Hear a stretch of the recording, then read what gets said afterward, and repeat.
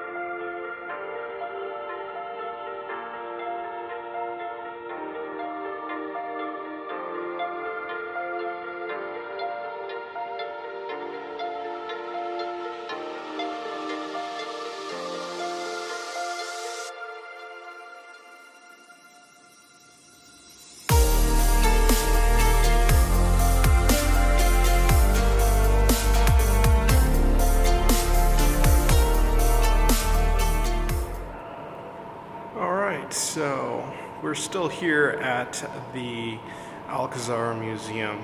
The place is, simply put, huge.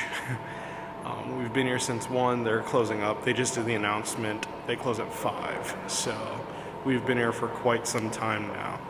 There's at least 3 levels that I'm aware of, and all the different levels that we've been to had something kind of different. For example, the first level had all these kind of artifacts and themed kind of exhibits. These exhibits included like tin soldiers and where they came from, tin toys, all these sorts of different deals where they showed how to make them. The little tin soldiers, I don't know if you're familiar with them, but they are incredible and they're very intricate and they're so detailed. In the 14th century, Nuremberg became the most important center of toy soldiers production in the world, being Ernest Hinrichstein considered, since 1839, the best tin plain figure engraving and foundry worker. The mass production and quality of these miniatures managed to standardize 30mm figures, which were known as Nuremberg size, allowing to build up big formations and march past representing the most important armies of the time, triggering the creation of remarkable collections such as this one. That was really cool. They also had a place for like knights in shining armor. That was pretty crazy. And they had the whole like kit and caboodle. They had a whole horse decked out with all the armor, as well as a knight decked out with all the armor. They have notes on all the different names of the pieces. They had halberds and all the spears that they used, swords and weaponry, all sorts of items along those lines. And then it kind of moves up in time, so then you get to the galleon phase where they have all these different types of boats and weapons that they'd have on the boats, all the like flintlock muskets and everything. I mean, this is a military museum, so they do a lot of, or have a lot of military type goods. And as you kind of move up in the floors, it changes themes. So like the section I'm in right now, it's all kind of the military through time. And so what I'm seeing now are like the Spanish Civil War and what they were doing during World War II, how they had to react, everything along those lines. There's just so much information and so much reading to do. One of the coolest parts, I would say, is all the uniforms that they have here, as well as all the badges and kind of like awards that they give to soldiers that do well in battle. I think that's pretty much it. Like, this themed area is really cool. Yeah, I think after this we're gonna go to the cathedral, so I'll probably check in again once we get into that area, unless I see something else cool as I walk along the museum. All right, be back in a moment. One cool thing about all the weapons is that they don't just have Spanish weapons. They also have weapons of Japanese, French, Germanic, and a few other origins, but each of them tend to be pretty unique, and you can see the different styles and the different shapes of each item.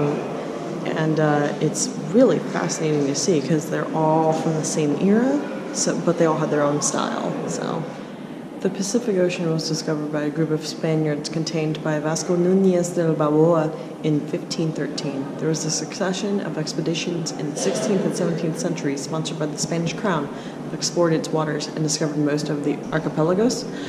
At times setting sail from Spain and others from the Americas, these expeditions turned the Pacific into a Hispanic Ocean. This area shows off the native culture of the places that they explored.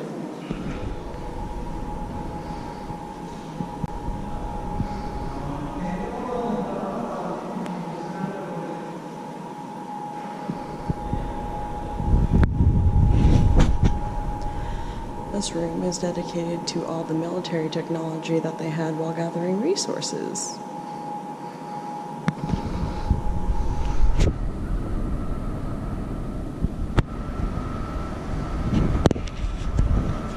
So this museum goes all the way up to Spanish Wars and their participation in World War II, which creates this very interesting little walk.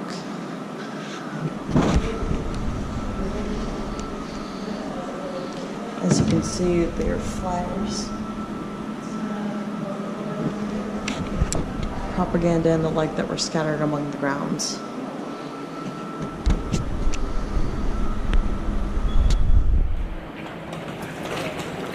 Alright, so we have left the museum officially, and we went to go get a little bit of dinner at a place that was just right outside of the museum. It was actually right next to Zocoto Court, or Zocoto Plaza, I believe.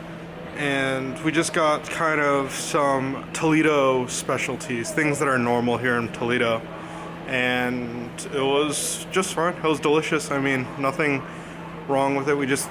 It felt just regular. It was just Spanish tapas type food, and it tasted good. So, not much to say. I think the best part of it was the fact that our menu came with wine. So we were able to get a bottle of wine kind of like on the house, so to say. It was only 10 euros per person, which is not bad for dinner, I think. We have leftovers as well. And now we're just walking down a random alley that is near the hotel.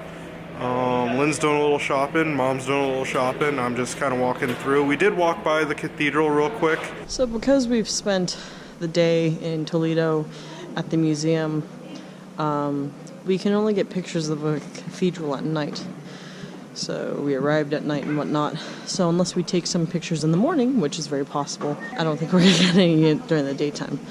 But it is very beautiful because it's lit up very nicely. So I think the next stop's probably going to be the hotel. It's somewhat early in the night. It's only 7, but we do have an early morning tomorrow because we're going to Segovia, which is beyond Madrid, which is funny because we're going to pass Madrid and come back to Madrid. But so far, so good. It is quite cold here, and that makes us want to turn in a little early, and then we'll get up early, wrap up, and get out of here. We have to be out by 10 tomorrow, though, because that's it when we have to start paying for parking. Anyhow, all right, check in probably tomorrow. Have a good night.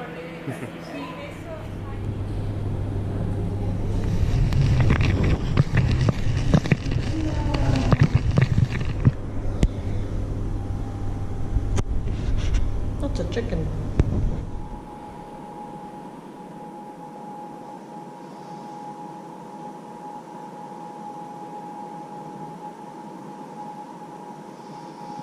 I don't think he likes me.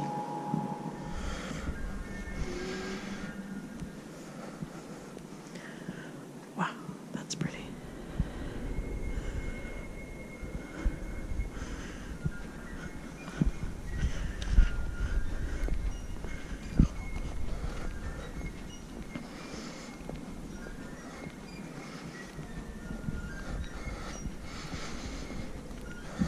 I guess you can enter it from the garden side, huh?